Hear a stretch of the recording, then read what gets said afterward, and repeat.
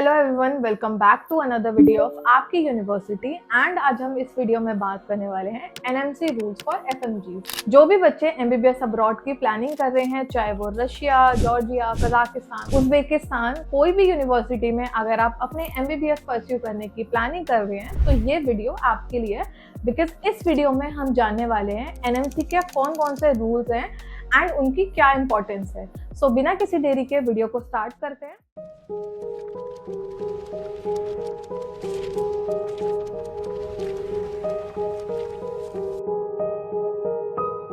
सबसे पहले बात करते हैं एनएमसी है क्या। एनएमसी है नेशनल मेडिकल कमीशन एंड ये आपका इंडिया का हाईएस्ट मेडिकल रेगुलेटरी बॉडी है।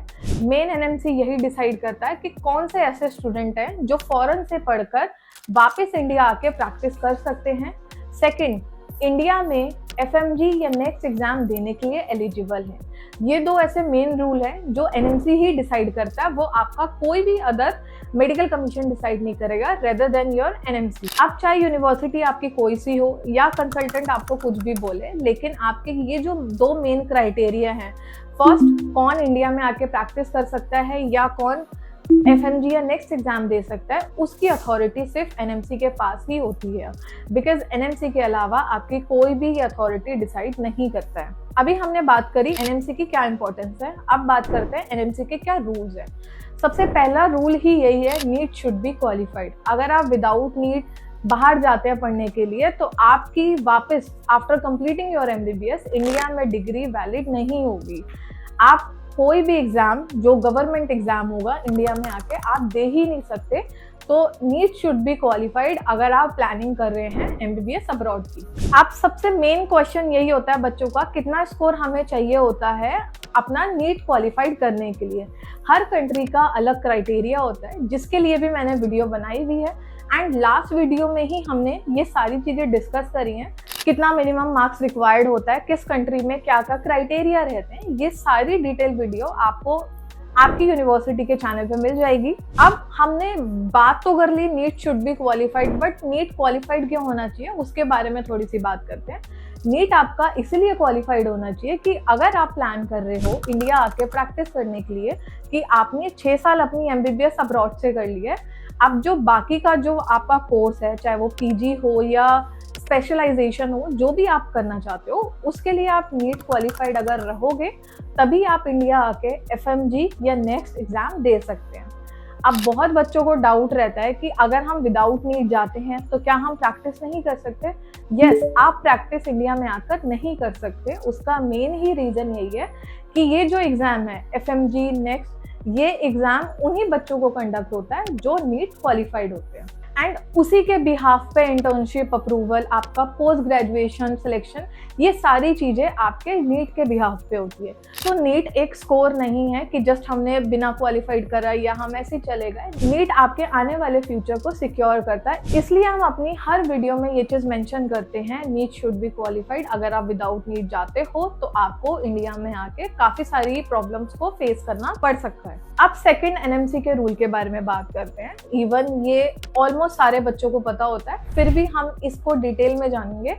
सेकेंड रूल है कि आपका जो कोर्स है उसकी क्या ड्यूरेशन होनी चाहिए, इंटर्नशिप पीरियड की क्या ड्यूरेशन होनी चाहिए, हम उसके बारे में बात करेंगे। एनएमसी के अकॉर्डिंग जो आपका एमबीबीएस का ड्यूरेशन है वो 54 मंथ्स का होना चाहिए। That will be your 4.5 year and 1 year की आपकी इंटर्नशिप होनी चाहिए। सो अगर आप बाहर से प्लानिंग कर रहे हैं तो आपका जो कोर्स ड्यूरेशन है वो 4.5 years which is your 54 months इतना होना चाहिए एंड आपके प्रॉपर 1 साल की इंटर्नशिप मैंडेटरी है।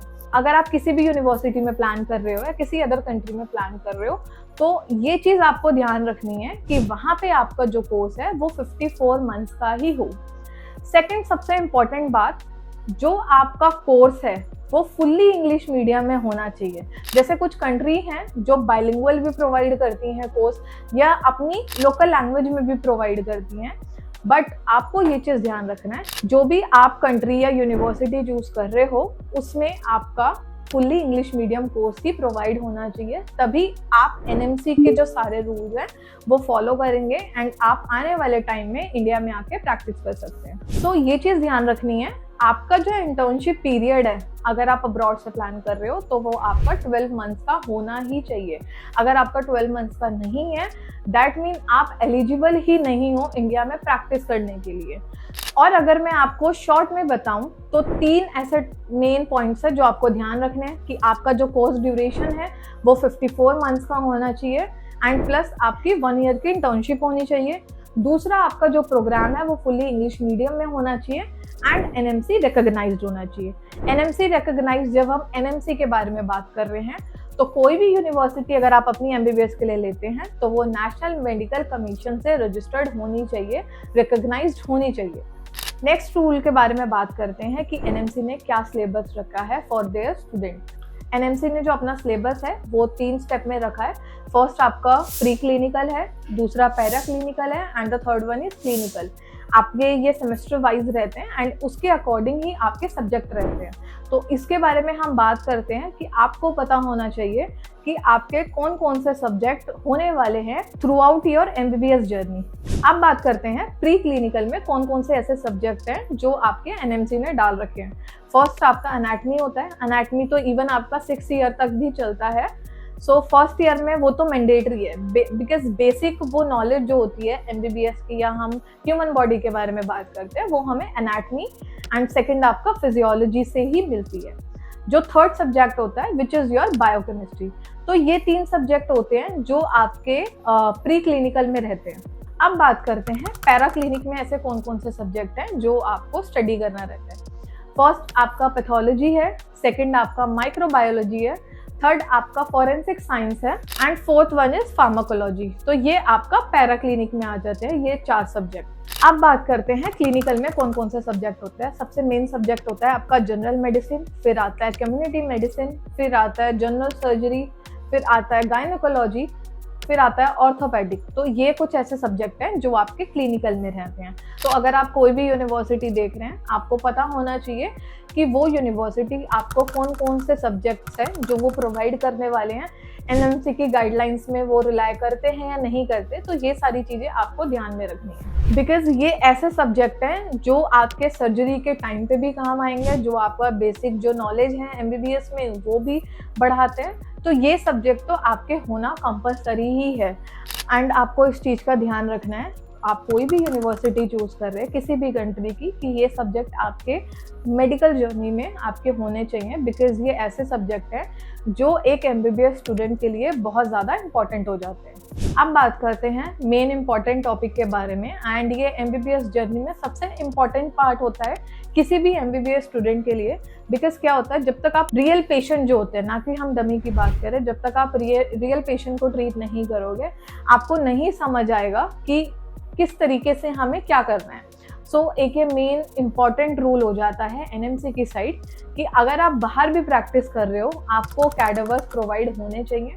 अगर आपको कैडावर्स प्रोवाइड नहीं होते हैं तो वो एनएमसी के रूल्स के अगेंस्ट हो जाता है। बिकॉज ये चीज़ हमें भी पता है, हमें किसी भी ऐसी मशीन के साथ डील नहीं करना है, हमें एक लाइफ के साथ डील करना होता है। तो एनएमसी की अथॉरिटी भी यही हमें सजेस्ट करती है कि अगर आप एमबीबीएस कर रहे हो तो आपकी एमबीबीएस में जो आपकी क्लिनिकल प्रैक्टिस है वो आपके रियल पेशेंट के साथ ही होनी चाहिए। आपके ओपीडी, आईसीयू, आपके सारे डिपार्टमेंट में विजिट होना चाहिए, तभी आप एक एमबीबीएस स्टूडेंट बन पाते हैं। आप कुछ सीख पाते हैं कि किस तरीके से चीज़ें होती हैं, किस तरीके से सर्जरी होती है। अब बात करते हैं इंटर्नशिप के बारे में। एनएमसी की अभी हमने कोर्स ड्यूरेशन के बारे में बात करी थी, जिसमें मैंने ये चीज़ मेंशन करी थी कि आपका कोर्स का ड्यूरेशन 4.5 ईयर्स का होना चाहिए प्लस 1 ईयर की आपकी इंटर्नशिप होनी चाहिए। सो वही हम बात करने वाले हैं। जो आपकी इंटर्नशिप है वो 12 मंथ्स की होनी चाहिए एंड कंटिन्यूएशन में होनी चाहिए। ये ना हो कि कोई यूनिवर्सिटी आपको पार्ट में इंटर्नशिप करवा रही है, वो भी एनएमसी के रूल के अगेंस्ट होता है। तो ये चीज़ आपको ध्यान रखनी है। अगर आप प्लानिंग कर रहे हो एमबीबीएस अब्रॉड की तो आपकी जो इंटर्नशिप है वो कंटिन्यूएशन में होनी चाहिए पूरे 1 साल की। एंड अगर आप अब्रॉड से एमबीबीएस कर रहे हैं तो after completing your internship university एक आपको सर्टिफिकेशन प्रोवाइड करवाती है जो आपको इंडिया में आके शो करना होता है कि हमारी जो इंटर्नशिप है वो कंटिन्यूएशन में थी पूरे 1 साल की। उससे आपको ये बेनिफिट मिलता है, जो स्टेट मेडिकल काउंसिल है वो आपको इंटर्नशिप के लिए अलाउ कर देती है इंडिया में। अब बात करते हैं रूल नंबर 7 कि हमें कैसे पता चलेगा कौन सी फॉरेन यूनिवर्सिटी है जो रिकॉग्नाइज्ड है, जहां से हम एडमिशन ले सकते हैं, जो एनएमसी की सारी गाइडलाइंस फॉलो करती है। इसके बारे में हम बात करते हैं।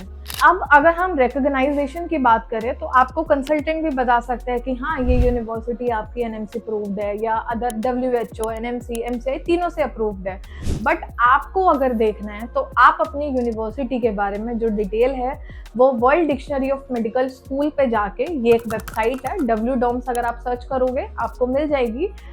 ये जो वेबसाइट है WDOMS, वहाँ पे जाके आप जिस भी कंट्री में देख रहे हैं या जिस कंट्री की यूनिवर्सिटी देख रहे हैं, जस्ट आपको कंट्री एंड यूनिवर्सिटी नेम डालना है। आपको उस यूनिवर्सिटी की सारी डिटेल मिल जाती है, जिसमें आपकी सारी चीज़ें मेंशन रहती है।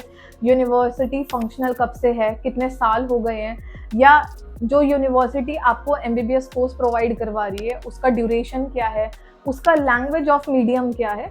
तो ये सारी चीज़ें आपको उस वेबसाइट पर मेंशन मिल जाएगी।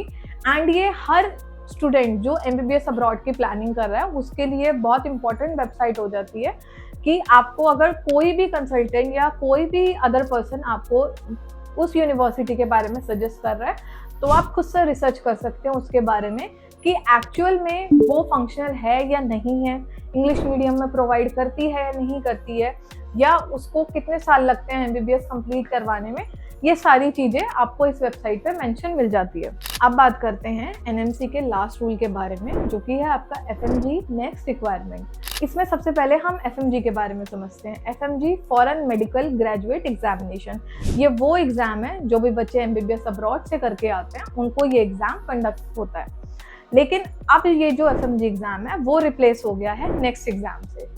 नेक्स्ट एग्जाम में क्या है, आप चाहे आप इंडिया से प्रैक्टिस कर रहे हो, चाहे आप बाहर से प्रैक्टिस कर रहे हो, यानी फॉरेन कंट्री से प्रैक्टिस कर रहे हो, आप दोनों को ही बराबर ये एग्जाम देना है। FMG क्या था, पहले से फॉरेन मेडिकल जो ग्रेजुएट रहते थे उनको देना पड़ता था, लेकिन जो नेक्स्ट एग्जाम है वो जो इंडिया में प्रैक्टिस कर रहे हैं उनको भी देना है, जो बाहर प्रैक्टिस कर रहे हैं उनको भी देना है। अब इस एग्जाम से फायदा क्या है, क्यों एग्जाम हमें देना है, उस बारे में बात करते हैं। अगर आप ये एग्जाम जो आपका नेक्स्ट एग्जाम है वो क्लियर करते हो, ये आपका 3 चीज़ों के लिए वैल्यूएबल रहता है। फर्स्ट, आपका लाइसेंसिंग एग्जाम के लिए आपको लाइसेंस प्रोवाइड करवाएगा। दूसरा, आपका जो इंटर्नशिप है, जो अगर बाहर से जो बच्चे हैं या इंडिया के बच्चे हैं वो जो इंटर्नशिप करना चाहते हैं वो इस एग्जाम के क्लियर करने के बाद ही कर सकते हैं। तीसरा, आपका PG एंट्रेंस मिल जाएगा, यानी ये एक तरीके का आपका एग्जाम है फॉर योर पोस्ट ग्रेजुएशन। तो ये चीज़ ध्यान रखनी है, ये जो नेक्स्ट एग्जाम है जो FMG का रिप्लेसमेंट है, आपके उसमें 3 चीज़ें आती हैं, एक आपका लाइसेंसिंग एग्जाम, एक आपका PG एंट्रेंस एंड एक आपका इंटर्नशिप। अब बात करते हैं कॉमन मिस्टेक जो हर स्टूडेंट को अवॉइड करना है।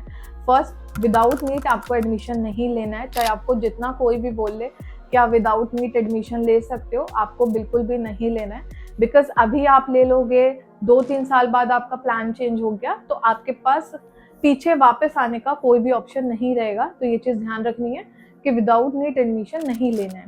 दूसरा, अगर आपको लो बजट यूनिवर्सिटी भी मिलती है तो उसकी भी आपको सारी रिसर्च करनी है, कितना टाइम हो गया उस यूनिवर्सिटी को, या कितने टाइम से फंक्शनल है, इंग्लिश मीडियम में कोर्स प्रोवाइड कर रही है नहीं कर रही है। तो ये सारी चीज़ों का ध्यान रखना है। उसका क्लिनिकल रेट भी ध्यान रखना है कि किसी भी आप यूनिवर्सिटी में जा रहे हो, कितने जो हॉस्पिटल है उनके अंडर में आते हैं, उनका क्या क्लिनिकल रेट है, ये चीज़ें आपको ध्यान रखनी है। फिर जो लास्ट है, आपको जो भी NMC के रूल इस वीडियो में बताए गए हैं उनको इग्नोर नहीं करना है, बिकॉज ये इंपॉर्टेंट रूल हैं, आपकी डिग्री के लिए ही इम्पॉर्टेंट है। अगर आप 6 साल बाद आके आराम से इंडिया में प्रैक्टिस करना चाहते हो या इंडिया में ही सेटल होना चाहते हो, तो आपको इन रूल्स को ध्यान में रख के ही यूनिवर्सिटी चूज करनी है। एंड फिर भी आपको कोई डाउट हो, आपको स्क्रीन पे नंबर मेंशन मिल जाएगा, आप हमारे काउंसलर से कनेक्ट कर सकते हैं।